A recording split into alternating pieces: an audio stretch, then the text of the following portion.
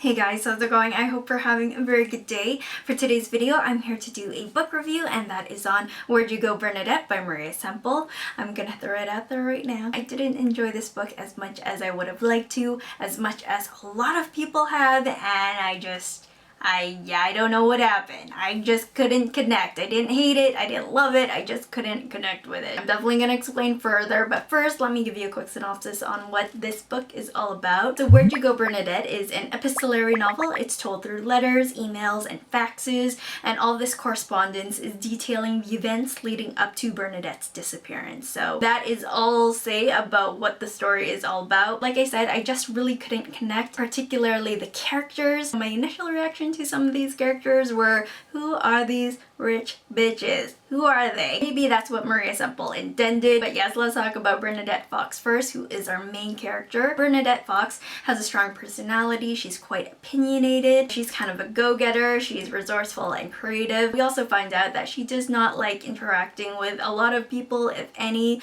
aside from her family members. And as the story progresses, we find out about her backstory and the events leading up to her move from California to Seattle. And so learning about her backstory, what she's been through, I totally empathize and sympathize with her character. Another character I want to talk about is Bee. Going into the book, damn my expectations. I was really hoping Bee overall had a larger presence throughout this story, and I don't feel her character really kicks in till 3/4 of the way into the story. I was just hoping to read more about her, to really connect with her character. Unfortunately, that wasn't the case, at least for me. So next, guys, let's talk about the plot of Where'd You Go, Bernadette. Like I said, it's an epistolary novel. It's told through letters, email, faxes, and all this correspondence. And I think what really worked about this style of writing was the pacing. I thought the pacing was on point. It's definitely a quick read. The events that were taking place throughout the story I thought were eventful and entertaining. If I was a neighbor of Bernadette or Audrey, I would have gotten the popcorn ready, sit back and just watch the events unfold, because it was crazy. It was like watching a train wreck. You just could not look away. But with that being said, I wasn't really invested into the story until 3/4 of the way through. And again, expectations. And I really shouldn't talk about the shoulda, coulda, wouldas, because who knows whether your expectations would have been any better than what you really got. So I'll just spill the beans anyway. What I thought going into the book, because I know our main character Bernadette goes missing, I was more interested and expecting a journey instead of finding out the why Bernadette left in the first place. There is the journey of finding Bernadette, and of course leading up to that we find out the reasons why, but I guess I wish there would have been a better balance between the two, is what I'm getting at. As far as the writing is concerned, I thought was fine. Unfortunately, I did not watch Arrested Development, which is a show Maria Semple writes for or has written for, and so I don't know if the humor from Arrested Development is similar to that in this book, so I don't know if there were things that I just wasn't connecting or seeing. Anyways, guys, with that being said, I'm going to give Where'd You Go, Bernadette by Maria Semple 2.5 out of 5 stars.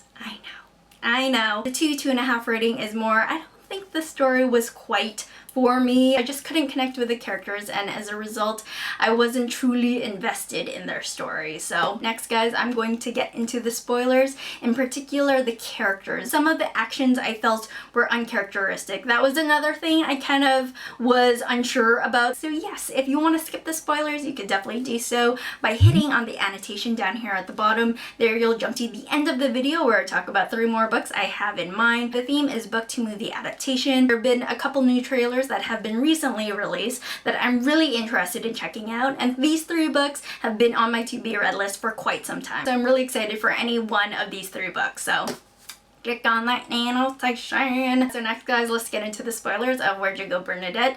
More specifically, like I said, again, the characters. So one of the characters, Audrey, we know Audrey. She is quite similar to Bernadette in personality. They do not back down, and when you have 2 type 8 personalities going head to head, things don't usually end well. So what I thought was uncharacteristic of Audrey's character was her helping out Bernadette during her intervention. Although I thought Audrey helping Bernadette was really cool, I felt the timing of it just didn't work for me. I thought it was just too easy, too convenient the timing. That was the major problem I had, because I was thinking, really, Audrey, now is the time you have this moment of clarity. And because of that, I didn't really buy Audrey helping Bernadette. I thought the timing was just too quick. Another character I was surprised about was Kyle, Audrey's son. He smokes the pot, he deals the drugs, but I wasn't expecting him to have hacking skills when he hacked into Zulin and Elegant's email to gain all of this correspondence, a lot of the information. I don't know if that was supposed to be ironic or what was going on there. I just felt it was uncharacteristic and weird and out of nowhere. It's like, where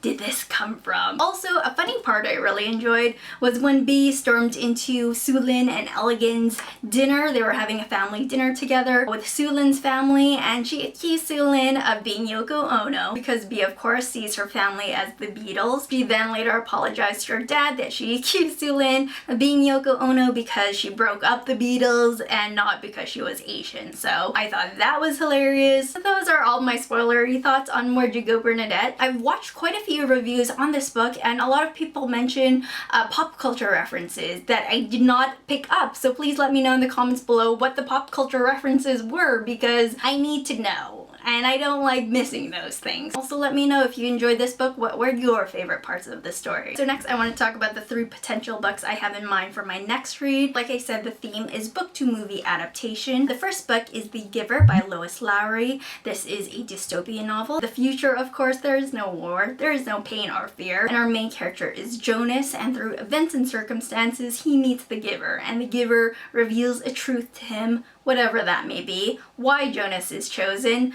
I don't know, but this book has been on my to-be-read list for the longest time. Next book you could potentially vote for is Gone Girl by Gillian Flynn. This is, I believe, an adult fiction mystery thriller. Our main character is Nick, and his wife has gone missing. And Nick is the #1 suspect because of his mannerisms, what he's saying. All the clues are pointing to him. So I'm expecting red herrings galore. The last book you could vote for is If I Stay by Gail Forman, which is a young adult paranormal book. Our main character is Mia, and we find out she gets into a car accident. So she is in a coma at the hospital, and the paranormal aspect, she takes a non-corporeal form. She's a spirit. She could see and hear her loved ones talking behind her back. I guess the big question is, will she stay or will she go? So those are the 3 books I have in mind for my next read. To vote for your favorite book you're most interested in me reading and reviewing, click on the link in the description box below. There you'll head over to my website where I'll have a poll set up, and you can vote for one out of these 3 books. I'll give you a week to vote, and in the meantime I'm going to read Fangirl because I need to feel something, anything, and I hear that's a good read to connect with. So that is everything, guys. I hope you didn't mind this book review. I will talk to you guys later, and have a very good one. Bye.